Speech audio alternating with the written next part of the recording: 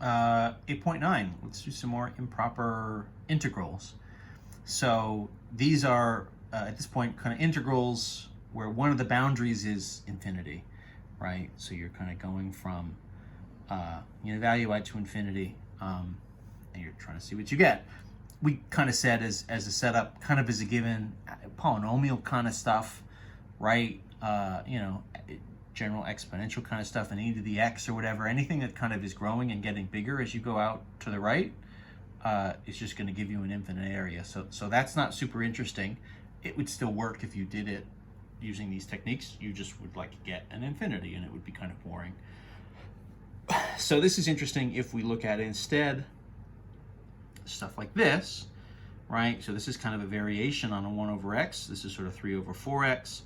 From 2 out to infinity, where we have stuff that's kind of narrowing down as we go further and further out, and we'd like to see if this is going to narrow down enough that we'd actually kind of get an area out of it or not.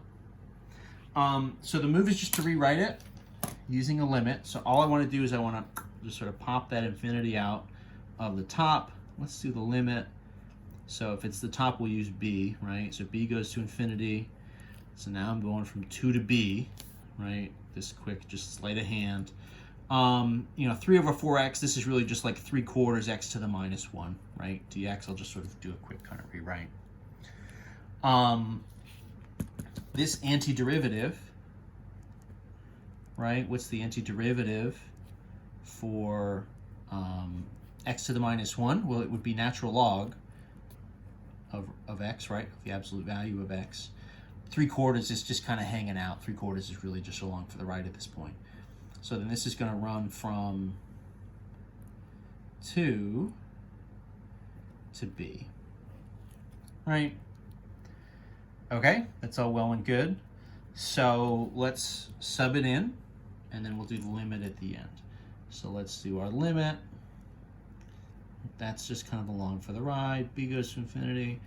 So this is 3/4 natural log of absolute value of b minus 3/4 natural log absolute value of 2.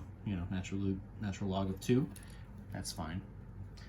So that's our setup here.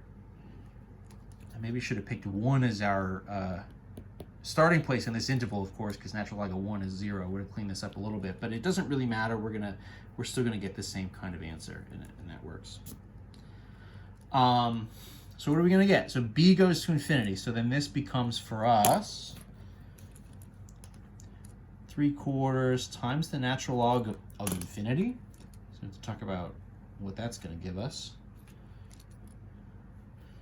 Minus, 3/4 natural log of 2. 3/4 natural log 2. This is just some number at this point, right? This is some positive value. But the big thing there is it's just some number. Natural log of infinity. So as the natural log function goes further and further and further out to the right, it goes kind of slowly, but it does increase, and it just gets bigger and bigger and bigger and bigger. So this is going to be 3/4 essentially times infinity minus just like a number. This one's going to grow out of control. This is going to be infinity, minus some value. It's going to be infinity. This one is going to increase and just go out of control. So what that means for us here, what we're kind of saying in this section is if we get some sort of infinite answer, right? If I get an area that just sort of increases and goes forever when I start to sub in my limit, then the integral is divergent. The integral diverges, right? It kind of can't be contained by numbers. I guess is a very kind of, dramatic way of putting it. That's what we're dealing with. So that's what a divergent one would be. So this is interesting. We did kind of a variation on 1 over x squared. That gave us an answer. That gave us an area. This is kind of a variation on 1 over x, right? It was kind of times this 3/4. You could imagine if the 3/4 was just missing and it was just the logs, we would get the same answer. It would still diverge. So that kind of means, generally speaking, 1 over x is actually a function that even though it has this kind of drop off, right? It kind of pinches down. The further you go out to the right, it gets smaller and smaller. In a way, it doesn't get small enough fast enough for it to be kind of quote unquote contained within an area. It gets smaller, but it doesn't get small enough fast enough to sort of give us an answer here in the way that 1 over x squared, or you could then kind of extrapolate and say, well, 1 over x cubed or x to the 4 or x to the 5 or something, those are going to get smaller even faster, right? So the higher the power, a 1 over x to the something, the higher the power you have, the faster it's going to shrink down, and in some sense, the smaller area you're going to get. Our kind of breakaway point there, I guess at least as far as we know, is somewhere between 1 and 2. 1 over x to the 1 is not, can't be contained, is kind of unbounded. The integral diverges.